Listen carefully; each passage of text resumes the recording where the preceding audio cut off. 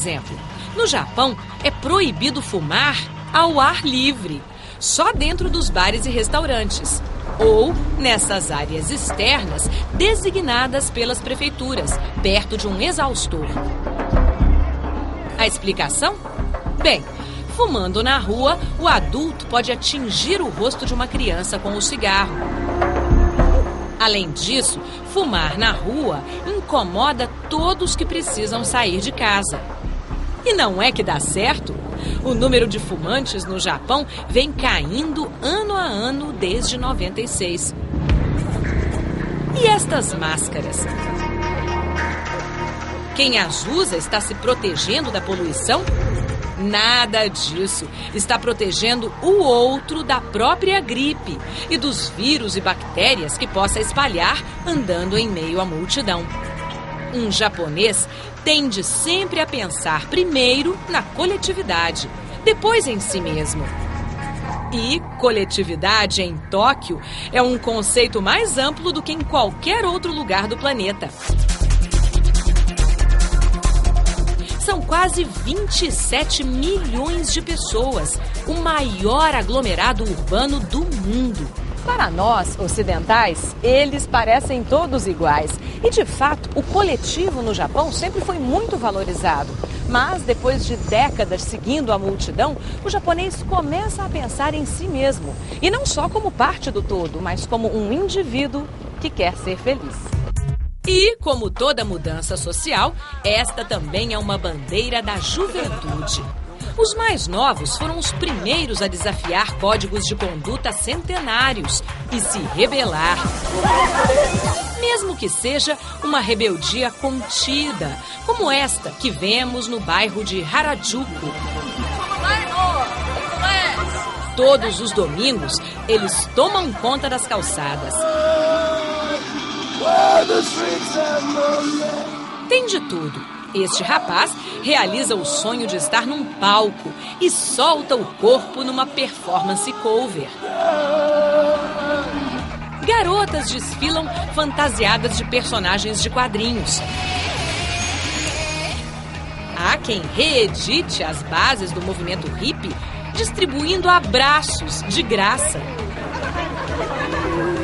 Outros assumem um ar de punk antigo, só que no lugar do comportamento agressivo, ainda é indisfarçável a timidez.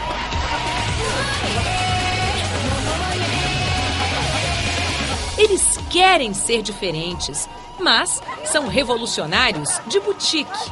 Não transgridem nenhuma lei, apenas se reúnem, sempre no mesmo lugar, para exercitar a individualidade. Coletivamente, é claro. Parece difícil de entender? É, só mesmo sendo japonês, ou pelo menos meio japonês. Eu acho que a geração de agora são mais flexíveis, né? Eles querem conhecer mais as culturas do exterior e querem ser mais diferentes, não ser a cultura japonesa duro. Nosso amigo, meio brasileiro, meio japonês, Tiago, está na universidade no Japão e tem visto coisas incríveis, como esta aula, digamos, nada comportada. Mas não vamos estragar a surpresa, não. Essa aula esquisita a gente só vai mostrar no próximo bloco. Agora, vamos voltar às ruas para conhecer um pouco mais de Tóquio e seus habitantes. O atual ícone da individualidade é o celular.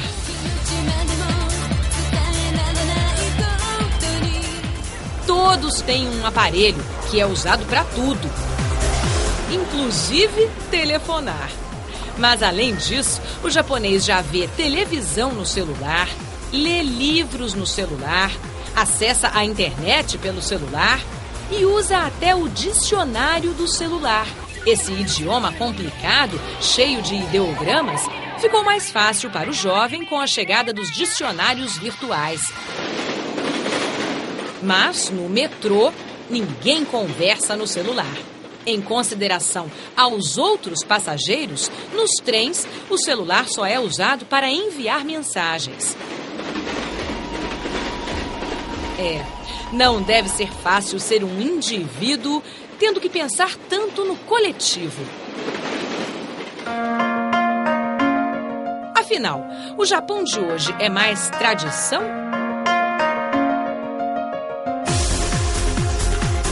Ou mais inovação? É mais hierarquia? Ou mais rebeldia?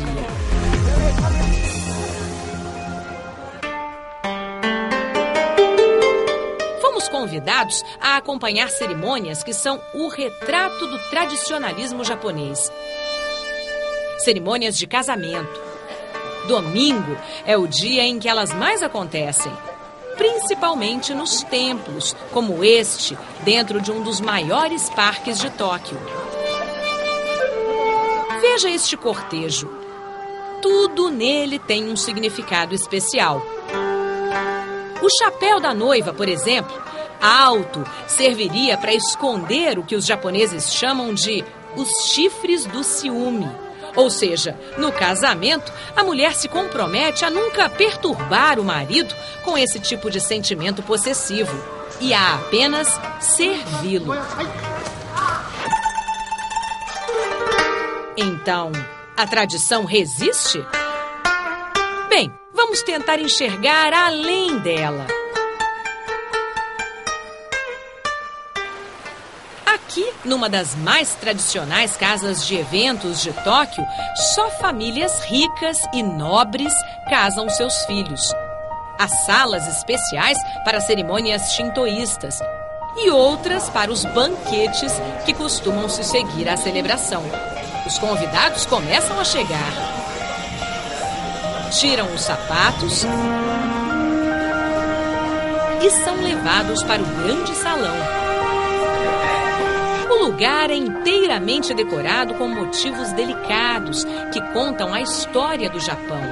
Um país onde o miai, o casamento arranjado entre as famílias dos noivos, ainda é uma realidade. Mas não é o caso dos jovens que se uniram hoje. Como num show, eles são recebidos com música e palmas pelos amigos. Ela no conhecido vestido branco, ele de fraque, como manda a etiqueta num casamento tão badalado. O casal brinda a união com champanhe e, mesmo sendo muito jovem, segue o mesmo ritual da festa de casamento dos pais e dos avós. Até a grande faca para cortar o grande bolo passa de pai para filho. O banquete é servido e os convidados, quase todos recém-saídos da adolescência, aproveitam a festa. Aqui e ali, percebemos sinais de um desejo contido de ser pelo menos um pouquinho diferente dos outros. Mas todos eles ainda seguem o roteiro esperado deles. Inclusive os noivos, que no meio da festa trocam as roupas ocidentais pelos trajes do casamento shintoísta. E a gente se pergunta de novo, será que é tudo tradição afinal? Mais do que mostrar que a tradição resiste, o que esse casamento prova é que o Japão já mudou. A noiva tem 20 anos, o noivo 23 e eles já têm um bebê de 10 meses. Inverter a ordem das coisas na sociedade japonesa já foi um enorme problema.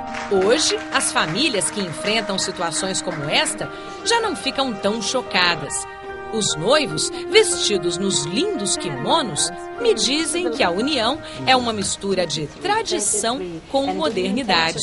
E a gente passa a ver com outros olhos aquilo que na aparência é convencional, mas que por dentro pode ser muito inovador. O estudante Tiago nos conta que namorar para casar já não é a regra no país. Olha, eu já namorei com uma japonesa, mas eu achei que não deu certo. Por quê? Acho que faltou um tempero brasileiro. Ah, mas elas estão aprendendo. A mulher japonesa já não é apenas uma extensão do marido e está construindo o próprio futuro. E na juventude, as meninas, apesar de tímidas, estão aprendendo a se soltar. Como a gente percebe facilmente nessa aula, na sala do Tiago. Mas afinal, é uma aula de quê? É uma aula de beijo, que a gente vai acompanhar no próximo bloco. As universidades do Japão estão ficando para lá de moderninhas. E no próximo bloco vamos ver como os alunos se saem nessa interessante disciplina. E o professor que depois de morar no Brasil descobriu que o japonês não sabe amar.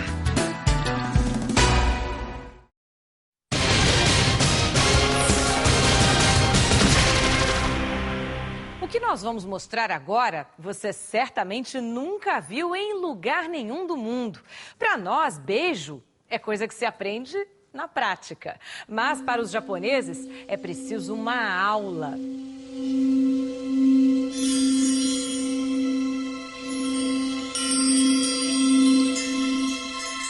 Poderia ser apenas uma montanha. Um acidente geográfico para enfeitar o monótono horizonte dessa ilha. Mas o Monte Fuji é um vulcão ativo, embora esteja quieto há 300 anos. Enquanto ele descansa, outras erupções estão em curso no Japão. Convulsões silenciosas, mas profundamente significativas, que podem mudar muito e muito rapidamente a paisagem humana do país.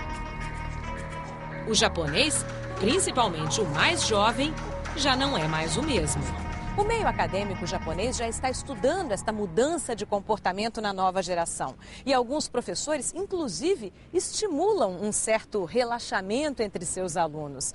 Nós estamos agora na Universidade de Tokai, uma das maiores do Japão. E viemos até aqui convidar você para assistir a uma aula muito diferente. O professor sabe que é preciso começar devagar, primeiro desenhando. Ele pede aos alunos que ilustrem no papel suas virtudes e seus defeitos.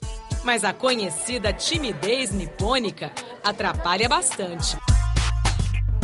Estou achando muito difícil esse exercício, diz a jovem Yuki. Os mais saidinhos escondem o constrangimento se exibindo para a nossa câmera. Mesmo nervosos, eles já são diferentes da geração anterior. Os meus alunos, meus jovens, eles, assim, eu sinto que eles estão muito mais abertos do que antigamente, muito diferentes da minha época. Eu não tinha amigas, assim, quer dizer, era muito difícil fazer amizade com as meninas.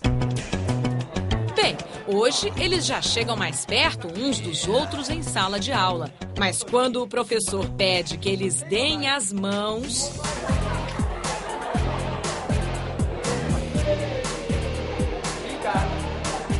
Quando o exercício acaba, eles parecem aliviados. Mal sabem eles que a aula ainda vai ficar muito mais apimentada. E é assim que o professor consegue a atenção total da turma. Quando eles sentam para ouvir minha palestra, minha aula, a turma está totalmente ligada, feliz, querendo saber o que vem depois. Tal. O método bem pouco ortodoxo para um japonês, o professor Daisuke aprendeu, claro, no Brasil, onde passou 13 anos. Lá no Brasil eu aprendi a ser espontâneo, respeitar minha própria vontade, né? E fazer as coisas com amor, não pelo dever. E é hora de mostrar para a turma o que é a espontaneidade brasileira.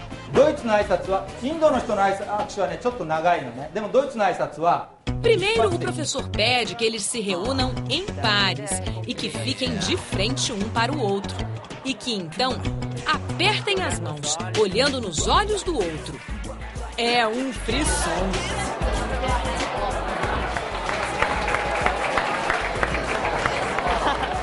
A temperatura da sala aumenta. Para ser ouvido, o professor tem que subir em cima da mesa.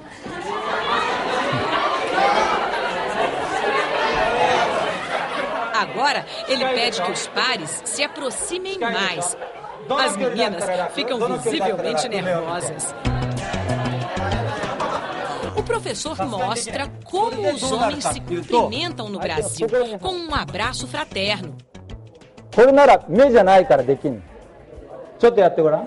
Os alunos tentam imitar, mas o professor aponta o primeiro erro.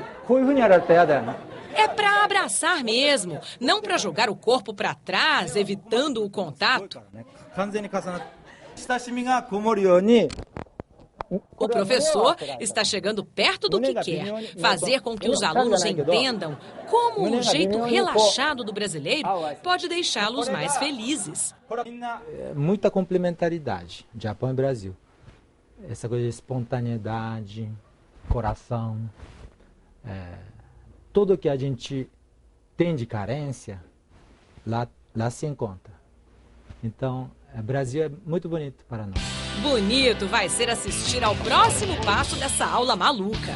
Agora, o professor mostra, com a amiga Luciana, uma brasileira, como homem e mulher se cumprimentam no Brasil, com 2 beijinhos. Mas não é para deixar a saliva na bochecha do outro, diz ele. É só para fazer o barulhinho.